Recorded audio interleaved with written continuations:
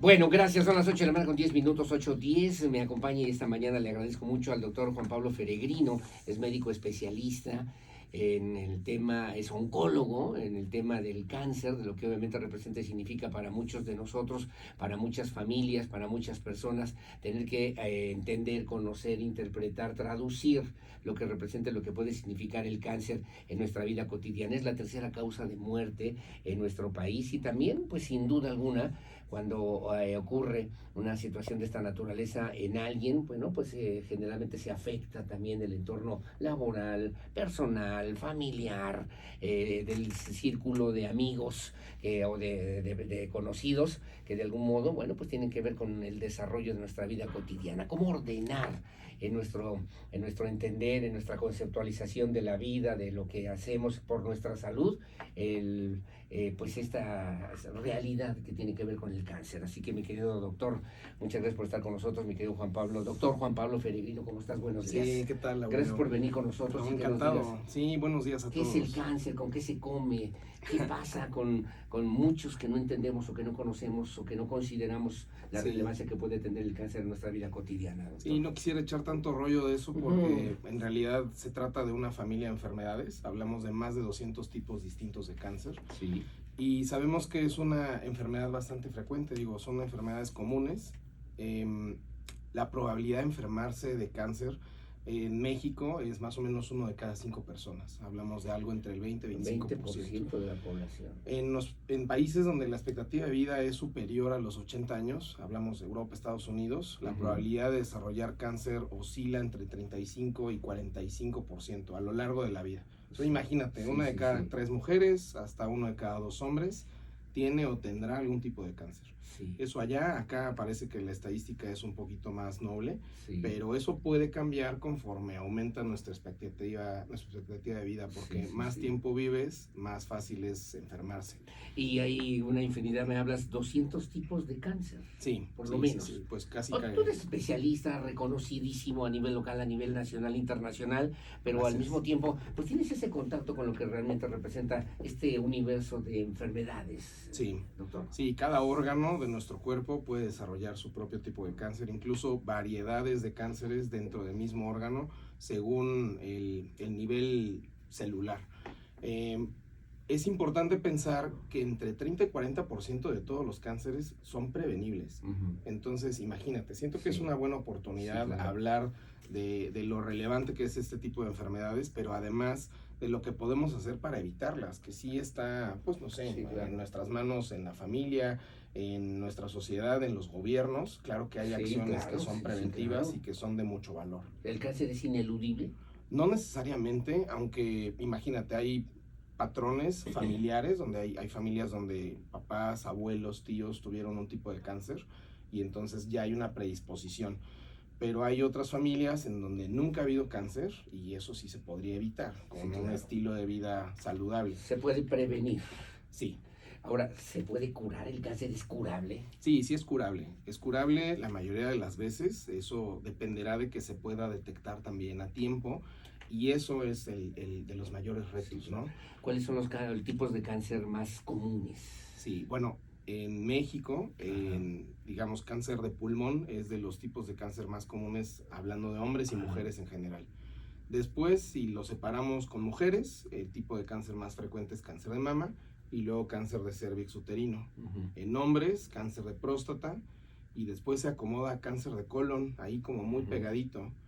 Y ya después ahí se separan en nuestro top 10 diferentes, dependiendo de los diferentes países del mundo. Aquí en México es frecuente encontrar cáncer renal, cáncer gástrico, cáncer de esófago en los siguientes lugares. Sí. Pero en otros países eso ya se desplazó a los lugares 16, 17 de su top, ¿no? Entonces, eso quiere decir que ya hay estrategias que han servido para reducir la presentación de esos tipos de cáncer. Estoy platicando con el doctor Juan Pablo Feregrino, es médico oncólogo especialista. He escuchado yo, y perdóname, en el sentido común del conocimiento de la gente, que dice, es que muchos corajes, mucho estrés, una vida rutinaria, una vida sedentaria, sin hacer ejercicio, en fin, te va a llevar necesariamente a algún tipo de cáncer. ¿Eso es cierto? Es verdad. Parcialmente, verdad y mentira. Mira, Sí puede ser que el estrés modifique la conducta de las personas. Quien tiene mucho estrés se desvela más y entonces tiene más sedentarismo porque tienen fatiga y no hacen ejercicio. Es más frecuente que consuman alcohol o consuman tabaco y eso sí favorece cáncer, ¿no? Sí. Y lo mismo pasa con el azúcar, ¿sabes? Está muy satanizado el consumo de azúcar y cáncer. Es verdad que el metabolismo del cáncer tiene que ver con los carbohidratos, pero también es verdad que no es posible matar de hambre a un cáncer, ¿no? Si alguien hacemos una dieta keto, eso nunca ha tenido un impacto ni ha curado a nadie. Pero un abuso, un consumo excesivo de azúcares refinados o alimentos ultraprocesados, eso sí favorece obesidad, diabetes, y eso, esa obesidad y diabetes favorece la presentación de cáncer. Entonces son más bien como factores que son indirectos, pero que si los consideramos desde el inicio, pues podemos incidir. Entonces, bueno, ¿cómo quitar el estrés? Pues es extremadamente difícil. Todo el mundo nos estresamos todo el tiempo. De hecho, como seres humanos estamos predispuestos a ese tipo cotidiana. Sí. Pero ¿cómo vamos a enfrentar ese estrés? Bueno, si me meto al gym y me hago una rutina de ejercicio en vez de irme por unas cheves, pues siento yo que ya eso evitaría a lo mejor la presentación a largo plazo de alguna enfermedad, no solamente cáncer. ¿Tiene que ver con hábitos saludables? Por supuesto, sí, por supuesto. Y te digo, 30-40% radica en eso. Ya hay algunas estadísticas que nos hablan sobre consumo de carne roja y los alimentos procesados. Estoy hablando de todo lo que está en congeladores, ya cocido. ¿No? Ajá, esto que ya viene frito y viene para volver a freír, los empanizados, los embutidos. Si tenemos mesura en eso, eso impacta positivamente en menos presentación de algunos tipos de cáncer, hablando ovario, renal, páncreas, colon. Entonces, aquí la cosa es cómo llevar ese conocimiento al dominio público. Estamos hablando de que si consumimos menos carne roja, podríamos tener menos presentación de cáncer de colon en nuestra población, pero eso es muy difícil. Culturalmente nos gusta la carne roja. Imposible, sí, claro. Pero estamos hablando que si consumimos 350 gramos de carne roja a la semana, estamos haciendo un consumo razonado y saludable. Pero eso es 7 tacos a la semana, es poquito, ¿no? Sí, claro, nada para muchos. Sí, para muchos. A veces es en una sentada eso, ¿no? Oye, entonces, no sé. Es caro un tratamiento de cáncer. Me están preguntando también el tema de a qué edad y cómo detectar el cáncer. Que alguien me comentaba, me dice también, y gracias que nos hace el favor de comunicarse con nosotros, Samuel Jiménez, me dice, ¿el cáncer duele? Puede doler, por supuesto. Dependerá dónde está el cáncer. Empieza a afectar a nivel local y podría proyectarse hacia una zona donde no le estorbe a ningún órgano y crecer sin que dé ningún síntoma. Pero hay otros que, no sé, se aprietan contra algún nervio, contra el hueso, contra la piel, sitios que pueden notarse o pueden sentir molestia a la gente y entonces se manifiesta con dolor y si crecen, el dolor puede incrementar.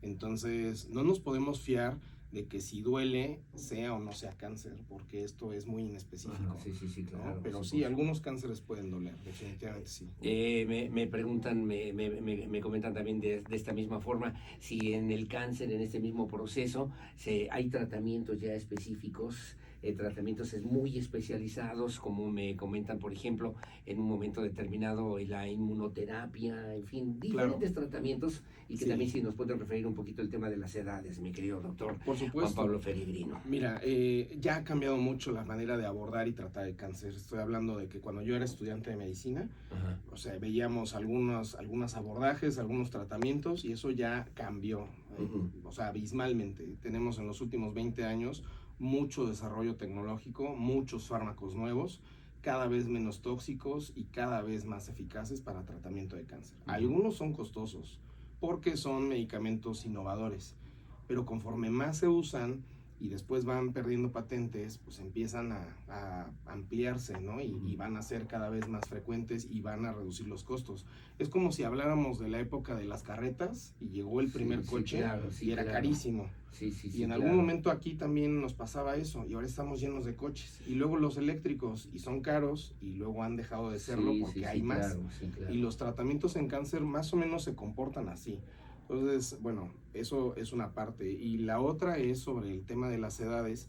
La presentación más frecuente en México de cáncer ocurre generalmente entre los 35 y 65 años. Es una brecha muy, muy grande, pero nos afecta en edades que son económicamente activas, es gente productiva, que son, no sé, responsables en casa, hombres o mujeres que llevan, pues no sé, que están en el día a día. Sí, claro. Y otros tipos de cáncer se proyectan hacia el final de la vida, en los 65 a 75 años, y esos también son frecuentes. Y después ya vienen los que son de gente joven, esos no son tan comunes como los de los adultos, pero también están. También están presentes, son Están parte de estos presentes. 200, de estas 200 o tipos de cáncer que existen.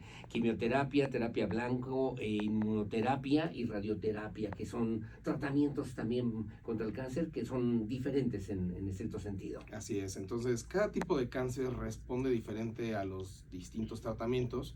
Cada uno lleva una etapificación, tenemos un sistema de etapas donde podemos definir la enfermedad dependiendo de su extensión, de su riesgo, y entonces algunos tipos de cáncer, por ejemplo el linfoma. El linfoma es un tratamiento, o sea, es una enfermedad donde el tratamiento principal es la quimioterapia. Y te estoy hablando de la quimioterapia hace 30, 40 años.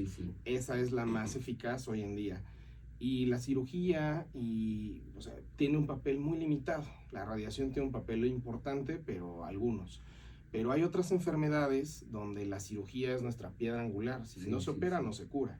Y hay otros donde la radiación tiene un papel principal. Entonces, cada uno es distinto. Y eso hace que también entendamos como que esta enfermedad debe de conducirse con un equipo de tratamiento. O sea, los médicos que atendemos cáncer, generalmente es el cirujano, oncólogo médico como yo, que nos dedicamos a quimioterapia o terapia dirigida, la radioterapia. Hay algunos casos que requieren la participación de los tres.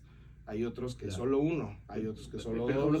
Pero es un diagnóstico hecho por expertos, por especialistas en esta materia específicamente, ¿no? Sí, pero es de dominio de todo el médico, cualquier médico general, incluso de otras áreas de especialidad, el abordaje para un diagnóstico de un cáncer y después una referencia con el especialista. Híjole, yo tengo antecedentes por una tía materna y abuela paterna que tuvieron cáncer, fallecieron las dos justamente a consecuencia de cáncer de mama.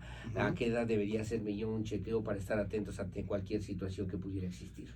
Bueno, cuando hay familiares presentes, podríamos recorrer la etapa de detección oportuna, a veces, no sé, 10 años antes del familiar directo más joven que se enfermó, o sea, su momento más precoz. Vamos a pensar, mi mamá, 55 años, yo empiezo pues, a los 40 o 45. Si alguien se enfermó a los 40, pues empezar 10 años antes, eso permite un abordaje.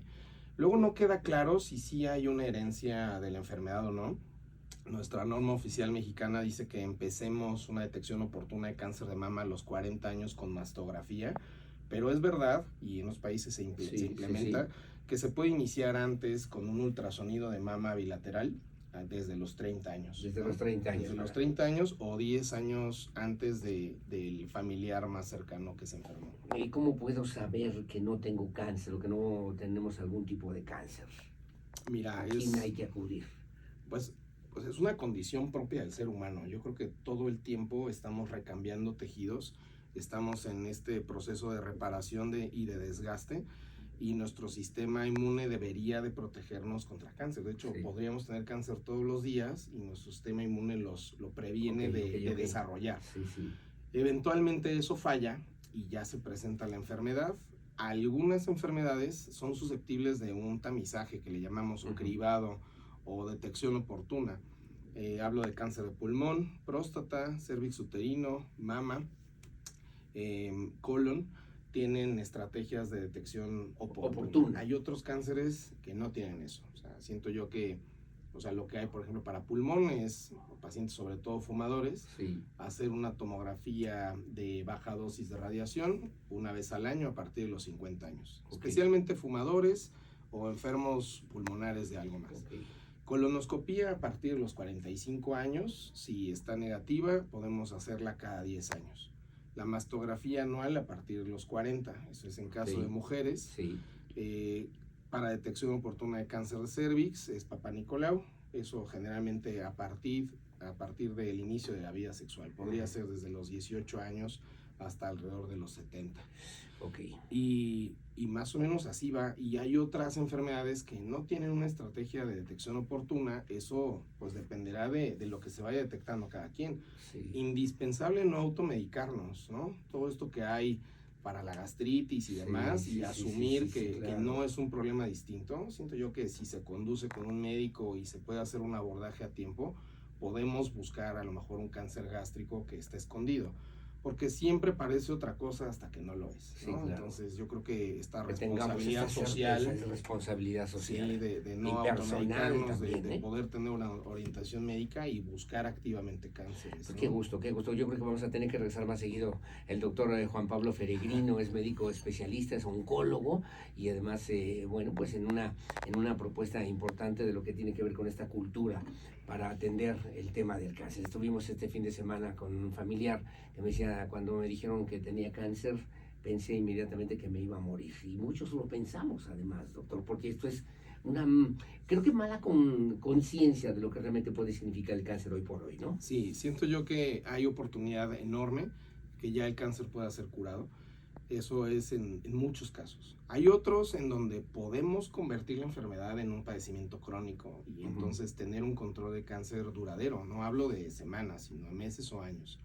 Y hay otros casos en donde sí, lamentablemente la enfermedad avanza y progresa, pero también requiere atención. Entonces tenemos, digamos, esferas distintas, pero no podemos poner en el mismo nivel cáncer con muerte. Necesitamos un abordaje preciso, tenemos que armar bien el caso y buscar las estrategias de mayor éxito. A veces eso implica quimioterapia y la gente le tiene mucho miedo a esas cosas, ¿no?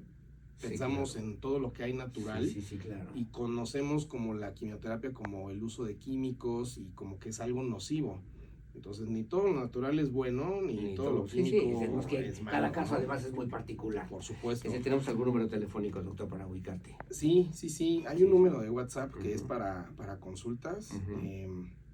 Déjate lo paso. Sí, por favor. Entonces te digo, hay que reconocer cada caso como distinto y aunque hay muchas terapias alternativas, yo creo que también reconocemos terapias que ya han sido eficaces, que tienen mucha evidencia, que no podrían faltar, ¿no? Sí, claro. Entonces yo creo que a la gente hay que apoyarla con lo que hay y darles confianza, pero que no se alejen de lo que más posibilidad de resultado Otro día te invitamos, porque me están preguntando si hay terapias naturales, en fin, otro tipo de propuestas. Sí. 442-679-2080. Ese es un WhatsApp. 2080 es teléfono de WhatsApp para que se ponga en contacto con el doctor Juan Pablo Feregrino, médico oncólogo especialista aquí en Querétaro. Doctor, pues muchas gracias por estar con nosotros. Encantado. No queremos ir al médico, porque no queremos enterarnos de nada, ¿no? Sí, yo tampoco quisiera que vinieran, pero bueno, si se requiere, esto es lo que hay que hacer, ¿no? Sí. Doctor, muchas gracias otra vez. Que tengas buen día, muy amable. Buen día para todos. Buen día para todos. 8 de la mañana con 28 minutos. Hacemos la pausa. Su opinión siempre la más importante en el 442-592-1075.